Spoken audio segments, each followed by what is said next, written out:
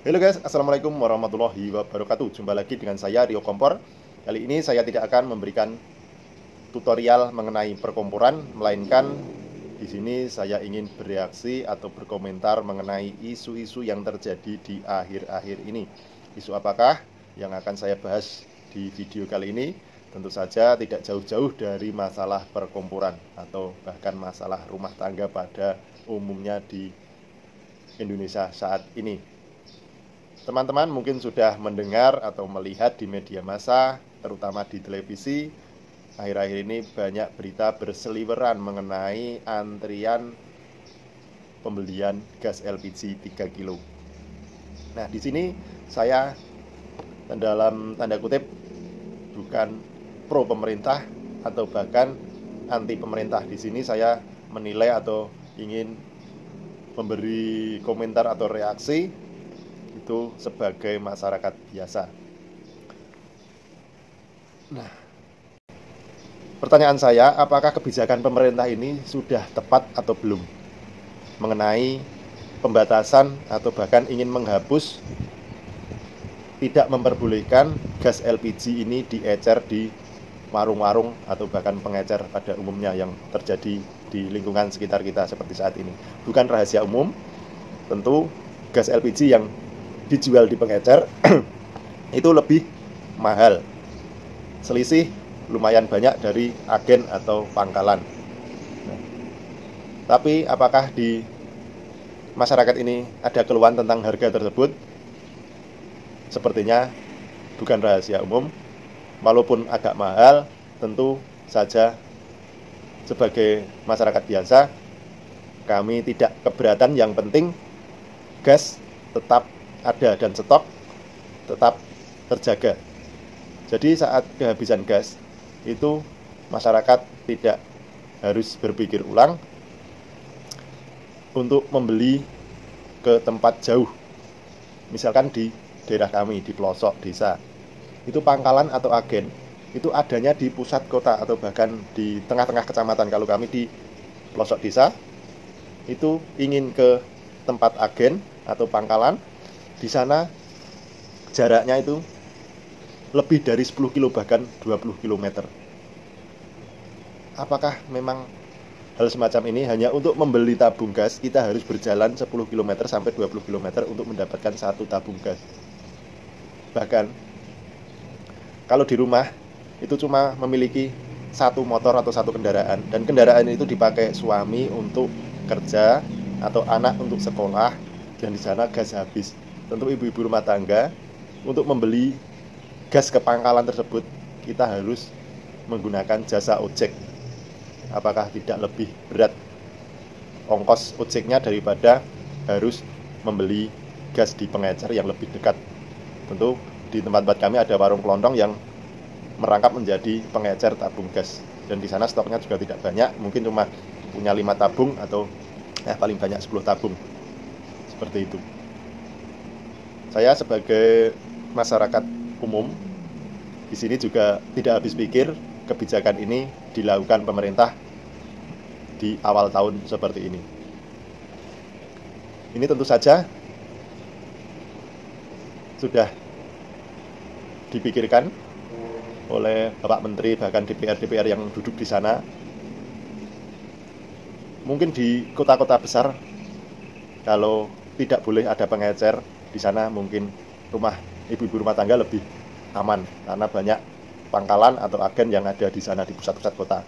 Dan dari pihak agen atau pangkalan tersebut juga tidak kekurangan atau tidak habis pikir untuk menghabiskan stok yang mereka punya, karena di sana pemakainya tidak cuma ibu-ibu rumah tangga saja. Kalau di pusat kota di sana ada rumah makan, pecel lele, bahkan ya yang menggunakan gas LPG tersebut bukan hanya ibu-ibu rumah tangga atau rumahan. Tentu agen atau pangkalan di sana tidak pusing untuk menghabiskan stok yang mereka punya. Tapi kalau di desa-desa seperti tempat kami menjadi agen atau pangkalan, itu syaratnya kan harus habis dalam waktu seminggu, karena setiap minggu itu di stok, dikirimi stok yang gas baru. Jadi stok yang mereka punya harus habis dan tabungnya harus ditukar dengan yang baru kalau ingin menjadi agen. Dan kalau menurut Menteri SDM kemarin yang saya dengar, itu pengecer atau warung-warung yang ada di desa itu ingin dijadikan agen. Nah, ingin dijadikan agen ini dengan biaya atau tidak? Yang saya dengar dan saya baca, menjadi agen atau pangkalan itu harus minimal setor sebanyak 25 juta sampai 100 juta. Di tempat kami, saya tanya-tanya kepada agen atau pangkalan itu, dia memiliki 100 tabung. Nah, dia mendapatkan sertifikat atau agen resmi tersebut, dia setor 30 juta. Nah, 30 juta itu mendapat 100 tabung. Nah, peraturannya 100 tabung itu harus habis dalam waktu 1 minggu. Maksudnya harus bisa menjual 100 tabung tersebut dalam waktu 1 minggu. Karena nanti setiap minggunya akan di-store kembali terus seperti itu. Jadi juga tidak mudah untuk menjadi agen di desa-desa kalau tanpa adanya pengecer. Mereka mengakali, agen-agen ini mengakali untuk menghabiskan 100 tabung itu dengan cara menyetor ke pengecer atau kampung-kampung di pelosok-pelosok. Di setiap RT itu ada satu warung kelontong. Nah, mereka setor 5 biji, 5 tabung gitu. Di store RT satunya 5 tabung.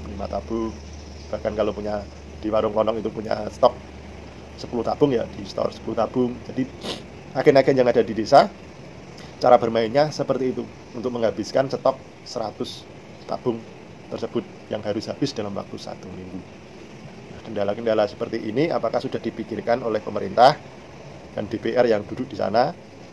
Apakah memang untuk mengatasi masalah ini harus menimbulkan masalah berikutnya?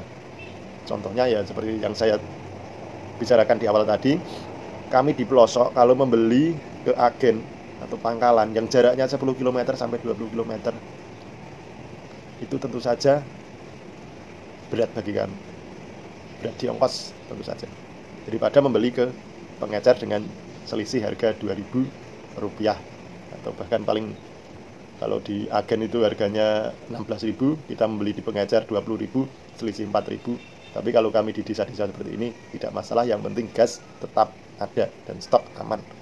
Setiap kita mau membeli kehabisan di rumah, membelinya lebih dekat seperti itu. Nah, mohon untuk pemerintah juga dikaji ulang apakah kebijakan ini sudah tepat atau belum. Dan pengecer juga tidak membuat kaya, karena untungnya juga tidak banyak. Untung 3.000, 2.000 dalam waktu 1 minggu, mereka punya 5 tabung. Kalau habis 1 minggu 5 tabung kali 3.000 cuma dapat 15.000. 15.000 penghasilan dari jual tabung gas itu dalam waktu 1 minggu. Kalau dihitung-hitung ya kaya dari mana? Kan begitu. Mohon untuk pemerintah untuk dikaji ulang, karena isu-isu yang beredar di akhir-akhir ini juga seputaran gas LPG dan antrian. Kalau kita lihat di televisi, antrian seperti itu apakah tidak miris? Itu hanya untuk mengantri gas LPG 3 kilo seperti itu. Di negara lain mereka sudah memikirkan untuk pergi ke planet Mars, bahkan ke bulan. Di tempat kita masih antri gas LPG. Katanya 2045 Indonesia emas, tapi kenyataannya ini sudah hampir 2030. Kita masih memikirkan gas LPG untuk memasak saja dipersulit. Saya kemarin sudah lapor Pak Wapres atau Mas Wapres tentang keluhan seperti ini, tapi ya belum ada respon. Kebijakan-kebijakan pemerintah yang sekiranya ingin mengatasi masalah kok malah menambah masalah di masyarakat semakin ruwet. Nah, tentu saja Pak Menteri SDM yang kemarin bilang stok aman, ya mungkin aman, tapi kalau pengecer langsung di stop, tidak boleh mengecer tabung gas seperti ini. bagaimanakah solusi terdekatnya. Kalau ingin membuat warung-warung kelontong di pelosok-pelosok ini menjadi agen atau pangkalan, itu apakah juga sama harus mengeluarkan biaya sebesar 25 juta sampai 100 juta tersebut? Nah, kalau harus setor 25 juta minimal dan maksimal 100 juta, apakah warung-warung kelontong itu ada biaya untuk menjadi agen atau pangkalan tersebut? Tentu berat. Bahkan mereka membuka warung kelontong ini ya cuma sekedar untuk makan, untung Rp1.000, untung Rp2.000, itu cuma buat makan saja. Saya sebagai masyarakat biasa tentu ingin berkomentar seperti ini, karena di sini juga kami merasakan hal yang sama seperti yang dirasakan oleh orang-orang di luaran sana yang kebingungan mengenai kebijakan pemerintah untuk membatasi atau ingin menghapus pengecer dari gas LPG tersebut. Dari saya pribadi, untuk pemerintah mohon dikaji ulang apakah benar kebijakan ini sudah dilakukan dan dampaknya apa, mohon dipertimbangkan. Oke, saya kira cuma seperti itu reaksi dari saya. Semoga didengar oleh pemerintah dan mengkaji ulang kebijakan tersebut. Di sini cukup sekian, saya akhiri video kali ini. Semoga pemerintah juga lebih cepat menanggapi hal seperti ini. Oke, wassalamualaikum warahmatullahi wabarakatuh.